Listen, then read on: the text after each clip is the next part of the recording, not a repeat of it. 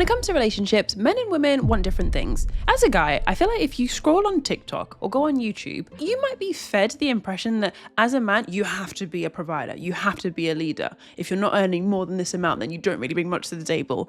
Whereas as a woman, you don't necessarily, in the modern day, you don't need a provider. As a guy, if someone tells you a problem, your natural instinct might be to try and fix the problem. Whereas as a woman, if you have a problem, you just want to feel heard in your problem. As a man, I know it's really important to feel respected. Whereas as a woman, I feel like it's much more important to feel understood. As a man, you might want to feel needed. Whereas as a woman, it's often a desire for you to feel chosen. I don't buy into the propaganda nowadays that men and women hate each other, dating is doomed, all men are trash, women don't know what they want, women are too career focused, men don't have ambition and drive anymore. Like, I feel like all of this is just us talking about like the extreme end of the spectrum. There's so many of us that live in the middle that aren't really being addressed. That's why I asked you guys, what are some things you think more men need to understand about relationships? And what are some of the things more women need to understand about relationships? So that is what we're going to unpack in this video.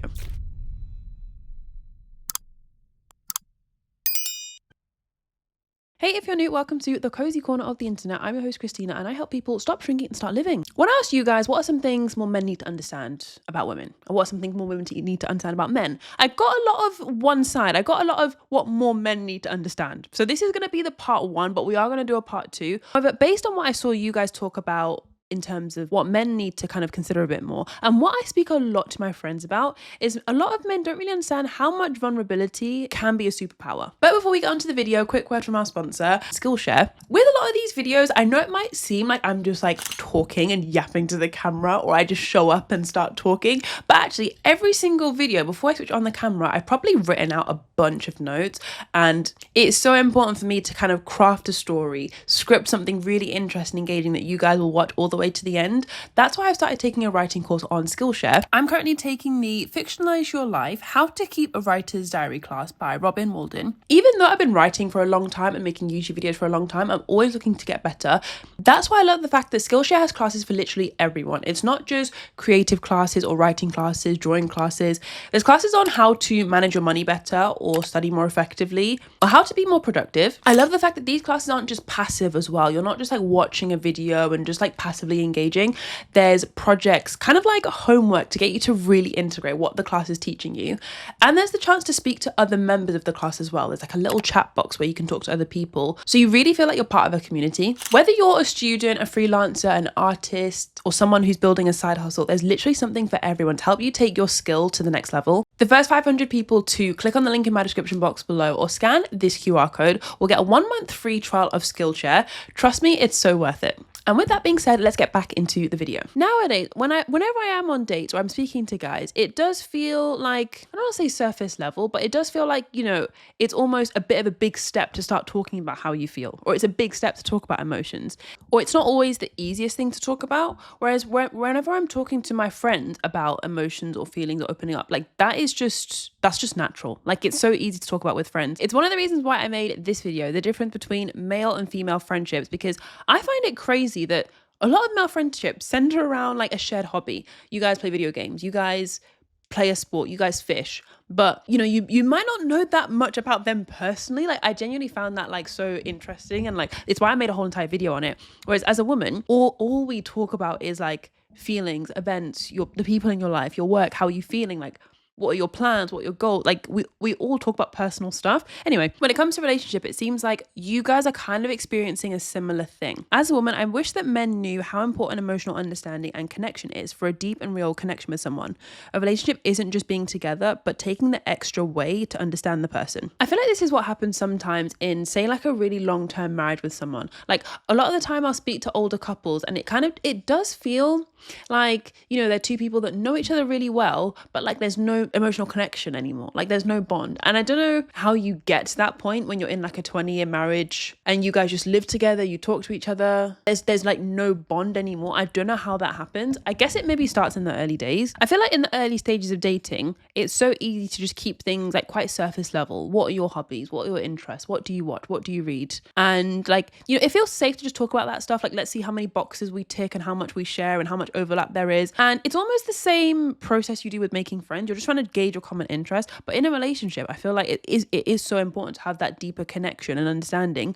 Otherwise, for me personally. Otherwise, it just feels like they're a colleague. Like, I have common interests with like so many people. Like, I watch TV, I read books, I watch YouTube. I like going outside and spending time with friends. Like, that is most people. Like, I feel like for me, common interests with a partner is just, it's really not enough. It's the reason why I've gone on so many dates where we've been really similar, read similar books or watched similar things, like similar, even past high school, university experiences. Like, we're similar people, but it's just not enough because that like connection piece is missing.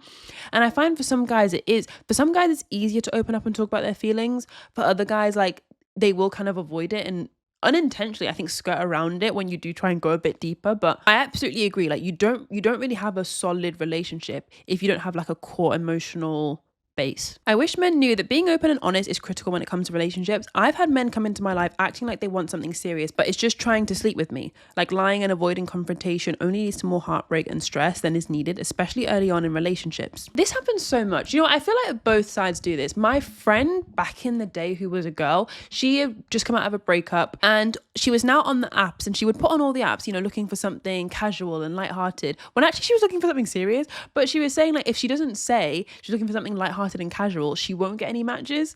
And I feel like this comment is saying, I think guys do maybe the opposite, where they say they're looking for something serious, actually they want something casual, and it's just so that they can get matches. It's almost like nowadays we have to hack the system to try and get what we want and get the matches. And honestly, like I was saying, I do think both sides do this, like the transactional, trying to hack the system nature of trying to get what they want. So I feel like men do this and women do this. But it's scary though, because as a girl, I feel like if you're on the apps and you're looking for something serious, something a bit more longer term, it feels like if you say that and if you put that on your profile, it feels like you're being really formal. And that makes no sense, especially on an app like Hinge, where the app is designed to be deleted, they say. Like, it's designed to put you in a long-term relationship. It feels weird that nowadays it's almost formal to be like, yeah, I'm looking for something quite serious. Like, even that, I mean, this is the place for it. We're on Hinge. I guess I didn't say in the intro actually like what my dating background is, but basically I have made many videos about how I've never had a relationship. I'm currently 24. Throughout high school, I would say, and even university, I never ever was like focused on dating at all. Like, my focus was just to kind of get through school, study, get into med school. And it was quite easy in high school because I literally never even got attention. Like, it wasn't like I was like deflecting boys or I was like putting boys off. Like, there was no male attention. Like, it wasn't even like I had the option. At university, it was pretty similar, to be honest. There was no male attention either. The only male attention that I had was when I was like going on the apps and I was like, okay, I'm 19 now, I'm 20 now, like, let's see what dating is about. And I was like exploring it for the first time. But even then, dating was such a hard thing to navigate because I feel like I was learning it all for the first time. I wasn't like someone that was 16 and had a boyfriend, or 17 and had a boyfriend. Like, I was learning it at 20. And by that point, I was going into it being like super honest, kind of like how you would with friends. Like, this is what I'm looking for. This is what I like. And then I feel like you have to slowly learn, like, okay, there's like tricks and things to this. And there's things you do say and things you don't say. And there's being too intense, like sending multiple messages. Like, you don't do that. And like, I was learning that all way too late. Nowadays though, as a 24-year-old who's not had a relationship, I'm not even eager to get into a relationship. I've come to terms with the fact that these things really do happen sometimes when you're not even planning it. I've had so many friends that have been literally engaged now. One of my friends is engaged and she met her partner when she was not even expecting it. One of my friends is married, and again, you know, they've been together a long time. So many of these things, I feel like you can't really force it. So right now I'm on Hinge, but not taking it too seriously. I'll talk to a couple people. If things work out, or if things go somewhere on a date and if they fizzle out, it's okay. Like, I'm not too invested in it. I feel like what's helped me a lot though is like over the last few years of being like on the apps and just focusing on myself is not just focusing on like love languages, because I feel like everyone talks about that and everyone knows their love language. But what's so much more important for me is understanding your attachment style. It's something I elaborate more on in this video. Your type is holding you back. But say you're someone with an anxious attachment style and you're slightly more on the needy side, you will attract partners without even realizing it that are more avoidant, and they tend to like run away from feelings. And that like chase and that running away dynamic is what kind of you gravitate to because it's what you're used to. I spent so long learning about attachment styles. I read the book Attached by Adam Levine. It's such a good book, highly recommend it. And it's what taught me that I have more of an avoidant attachment style, because growing up I didn't have parents that were always present. My mum was busy working and mum and dad are divorced, so my dad wasn't really around. So I was just like kind of looking after myself, independent, focusing on school, and it kind of meant that I was just really almost hyper independent in a way, and that kind of like translated to relationships where I wouldn't necessarily open up myself a lot. Like I wouldn't always be the most vulnerable one. And even though that's what I wanted, like to try and get there felt a bit scary. Like avoidant attached people, they often want closeness and they want a relationship, but they're kind of afraid of it at the same time. I know it makes no sense, but I kind of explain it more in this video. It's also one of the reasons why I made a whole entire dating detox workbook. If you're someone like me that's had a lot of bad luck in dating, where you feel like you're learning all the things, reading the books, listening to the podcast, working on yourself, but things don't always work out. And it's called the dating detox because it's actually designed to kind of help you have a detox, to help you identify what is that negative pattern that I keep repeating and how can I stop it to finally start to have different dating experiences and more positive ones.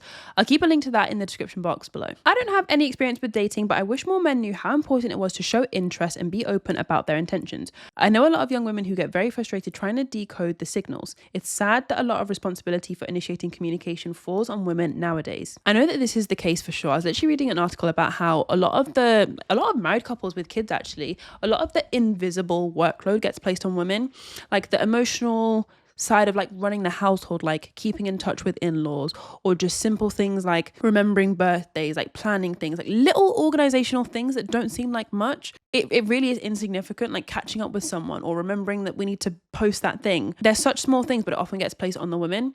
And that was talking about kind of like parents and kids, but I guess even way before that, it can happen in the early stages of dating where it feels like a guy doesn't fully know how to communicate how he feels and you're kind of having to decode it for him. And it's totally fine if you don't fully know how to talk about how you feel. Like it is scary and it's hard for a lot of people, but it's tough when it just gets placed on like one partner. And I was talking to one of my friends about this. It can sometimes feel like when you're in a relationship, I mean, I wouldn't know, but she was saying how sometimes it does feel like you have to be a therapist for your partner. And I think what she meant is when your partner doesn't know how to talk about their feelings, it feels like you're decoding it for them. Because I imagine there's some guys that can openly talk about how they feel, but oftentimes say they haven't quite done the work or emotions are a bit of a no-go zone. It almost feels like you have to be like the medium translator, like the therapist, trying to help them through all those things so that you understand. And then you understand so you can help them. It just, yeah. But essentially what you guys are kind of saying is, you know, vulnerability is a superpower. It is a good thing to open up. It feels even silly to say that because to me it's so obvious. To you guys, I know it's obvious as well. But I guess to some men, I feel like opening up and emotions and feelings are just like, it's almost like their ick, I feel like, to talk about how you feel and be vulnerable with it. Because I know as a guy, you can, like, emotions can be used against you. And if you open up about a negative thing in the past, that might be used to backstab you in the future. But it's almost the same for everyone. I could open up to a friend and she could use that to backstab me. Like, we all worry about that. So I know it's not unique to men, but I know men have a unique pressure in that area. This was also something I found super interesting. I spoke about it in my The Truth About Male Friendships video, but I feel like the reason why a lot of men don't even open up about their emotions or talk about feelings as much is because it's like kind of one of those things that's deeply ingrained to you. Like men don't talk about feelings. Like if you want to be a man, you don't talk about feelings. In the modern day, 2025, 2026, it feels like it's safe, it's normal, it's a good thing, go to therapy. Like it feels like it's a good thing, but there's still that old conditioning that a lot of men have where it's like men don't do this. And I was talking about that in this video, I'll link it here. And I feel like the double-edged sword of men often like not talking about their feelings or opening up is sometimes, say you're in the dating stage, especially like early stages, you might even date a guy that's really like nonchalant or casual, like not trying too hard. This is another thing that's so common, I find. I don't like how men think they have to be mysterious and chill. I want to know what you actually think and how you feel. It isn't intriguing, it's confusing. I feel like nonchalance in their mind at times might be like cool, but honestly on our end I feel like it's a turn off. Like playing it cool and too casual makes me think that also you're not interested, but also like you're just not charismatic person, a passionate person, like a person with a bit of purpose. I totally get why you'd want to play it cool because girls play hard to get, guys play hard to get, I know, but it honestly just gives me the impression that you're just not like, where's the vim? Like, where's the passion for life? Where's the spice? I'm also of the age, I'm literally 24. I feel like whenever I do, like, say I'm on a date and I'm like, oh, he's playing it super chill and like almost in slow motion at times. Like sometimes it just feels like when they're trying to be so mysterious is that intense. I almost feel like it's just a bit of a performance. Like to me it just feels a bit artificial at that point. Like it doesn't even feel real. Some of you guys alluded to this as well, but I feel like more men need to understand that not everything needs to be solved. I know it can be a bit strange for a guy to think, I can tell your problem and you don't need to fix anything, just listen to it. But genuinely, honestly, that is sometimes what we need. Like, because I feel like a lot of my problems, I already know what I need to do. Like I actually just need someone to like get it off my chest with and like just explain it. I need a second opinion, like tell me that I'm not crazy or tell me if I am crazy. Like just help me understand this problem and just help me understand it. I'm not looking for a solution. I know what I need to do. Not everything needs to be solved. Like I would feel 1,000 times better if someone just like listens to what I'm saying. Another common theme you guys brought up was the fact that a lot of men don't understand just how often women feel objectified. As a female, I wish men knew that stalking, catcalling, doing aggressive public, groping doesn't make a female like him. If a female's minding her business, you better mind your own business too. If you find her attractive, say it politely, don't behave like a jerk. I feel like as a woman, like 1000% as a true fact, you either feel like you're on two sides of a spectrum. You either feel like you're completely invisible to men and like no one looks at you in your direction.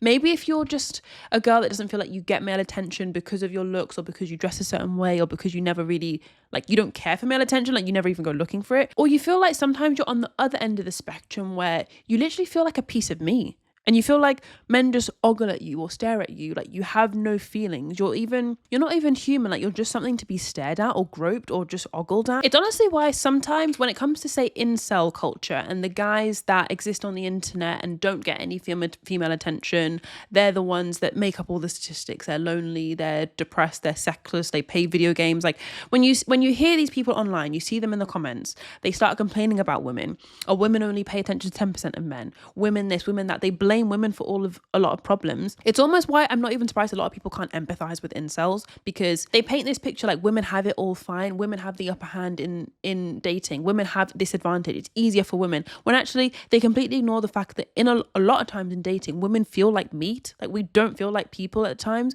We feel like we're just objects. We feel like objects. Like on the topic of incels, actually, I was listening to a podcast. It's a two female podcast. It's called The Receipts. It's such a good like lighthearted, fun, chatty, just like driving in the car podcast.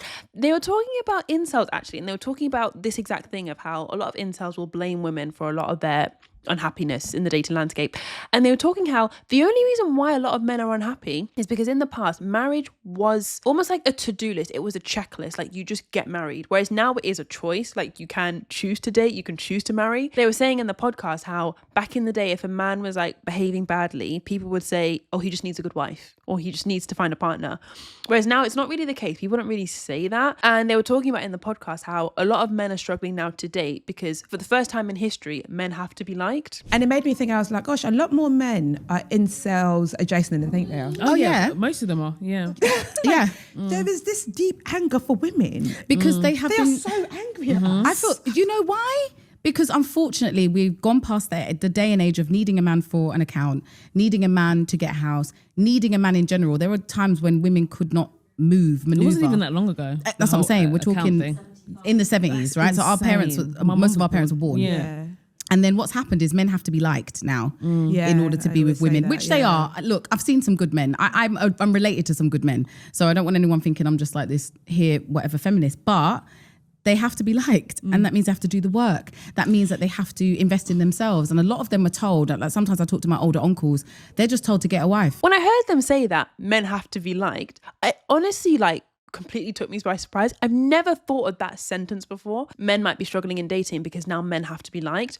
And I think it's quite an interesting topic because likability for men doesn't necessarily come natural. Again, I spoke about this in my male friendships video, but the research that I was coming across by like a sociologist, she was saying how a lot of male friendships are defined by competition and shared hobbies. Like you guys compete together, you play sports together, you work together, and you kind of bond by teasing and jokes and like competing, like trying to one up each other. Our friendship is not defined by competition, it's more connection. And she was also saying how, again, you don't kind of talk about feelings, that's all brushed to the side. So then I kind of got me thinking, if their own friendships don't even have feelings, don't even have connection, they don't have likability, then if this same man who doesn't know really how to connect truly, doesn't know how to emotionally open up, tries to have a relationship, he doesn't know how to be likable. Like, to be likable, you do have to be honest and vulnerable and open up. And so if you take this man with a traditional friendship that's based around hobbies, based around competition, and try to get him into a relationship, he probably will struggle, because the way that you bond with males, your male friends, isn't always the way that you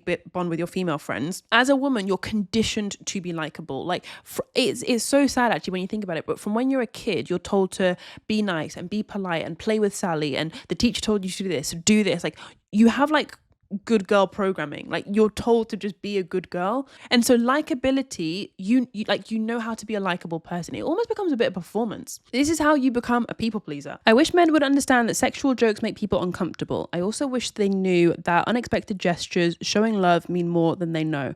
This one actually is a good point. I feel like those little moments of affection, or those little moments of support, those kind words of affirmation, that all makes a huge difference. I sometimes find, like, I've not been in a relationship, but when I'm like in the early stages or like talking stages, I find sometimes it doesn't come naturally to like a guy maybe to show affection or give words of affirmation or give support. But sometimes when you do it first, it kind of can remind them like, okay, this is maybe something to do. Because again, in a lot of male friendships, like, to show support to like their guy friends, you wouldn't openly like gas them up and like show like mega love to them. Like, their support to each other is kind of teasing and bantery and lighthearted. Whereas as a girl, like, I would have no problem saying loads of amazing things. Like, I would have no problem like just absolutely gushing about her. Whereas as a guy, it's not always the case. And again, we touched on the sexual objectification piece. Like, women so often feel like a piece of me. And I actually wish more men knew that. Another thing that came up is kind of the difference between how men often want to feel needed, whereas women often want to feel chosen.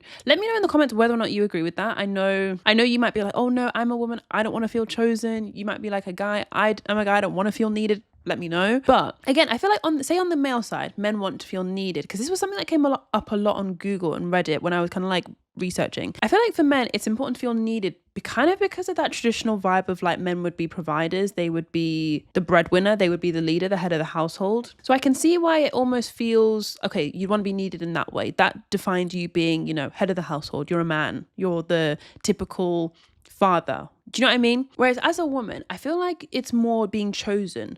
You feel special if you're being picked. I think even Marilyn Monroe has a quote, something like, all a girl wants is one guy to prove to her that not all men are the same. Like, as a woman, it's quite like it's a special thing where you feel chosen, or you feel unique, you feel special, picked. Like, it's almost the reason why being a second option is just so like uncomfortable and not even something you'd ever want to consider. It's the reason why your friend would never even tell you to settle in the first place. Like, you should be his first pick. You should be number one. When it comes to guys though, like feeling needed, being a provider, it's tricky nowadays, because in the modern day, it's not always needed for a guy to provide. Like, you could be earning just as much as him. You could be earning more than him. You could be earning less, but you have a side hustle. You could be earning less, but like, it's not, you don't need to rely on a guy anymore. You don't need to rely on a partner nowadays. It's the reason why a lot of us are single for longer. We literally don't need partners. We want partners. We would like partners. We'd feel better with partners, but we don't need them. When we have a community of friends, or we have a community of family, maybe even you're someone that goes to church or has a club or has a sport, you have community. I feel like nowadays we don't rely on partners as much because we have other things to tap into. And the reason why I'm saying this essentially is I feel like because men aren't needed to be providers, quote unquote, like, it's almost, I feel like nowadays, is that something we almost have to leave on the table a little bit? As a guy, you might want to feel needed. You might really value being like, I'm important and I add value and I'm a provider. But is that something you almost have to let go of nowadays because it's literally not needed as much? Maybe you guys can let me know in the comments. On the female side, like, a lot of women want to feel chosen. This is tough as well because the amount of choice that we all have nowadays on dating apps is absolutely immense. I don't know if that specialness of feeling chosen still exists anymore. And now there are still lots of examples of people who meet in real life or people who have really romantic meet cutes. Like, do you know what I mean? Like, that still exists, but it's often actually something I see on Hinge. Like, I see sometimes people's prompts say, let's pretend we met somewhere else, or let's pretend we met at the pub. Like, people are already anticipating how we have to lie about how we met if we met on Hinge. It's just something you don't want to admit to. I don't really think that's the case. I think it's totally fine to admit that you met on Hinge. Is that a me thing? I don't think that's bad. But I almost feel like as a woman, like the romantic idea of like, I was chosen, I was admired, I was picked, like I was number one, is that something we have to let go of as well? Because as well, I'm watching Love is Blind and I'm watching the USA version at the moment. There are so many triangles. There were squares there was a square at one point. Like, it was so interlinked how someone else's first choice was someone else's first choice and his first choice was his second. And it was just like, I don't think anyone was anyone's first pick at one point. And the reason I'm saying this is how I just kind of feel like men don't need to be providers anymore. So they're not going to feel as needed. As a woman, men have so many options. You won't always feel as chosen because of the other options out there. Well, this was a very rambly video. I have not given up on dating and men and relationships and the future and marriage and just love in general. I know it's so easy to be cynical. I totally get that. I've been through that phase as well, to be fair, where I've been like, I'm giving up. Like, what's the point? And I'm someone who just loves to find out about things. Like, I just love finding out how humans think, why humans think the way that they do, why humans act the way that they do. It's the reason why I watch so much of the content that I watch and read so many of the books that I read.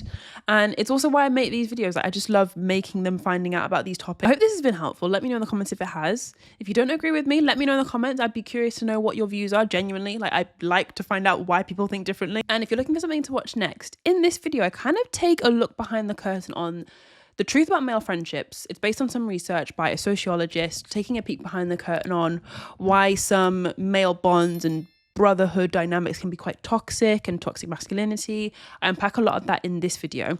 So if you're looking for something to watch next, it should definitely be this.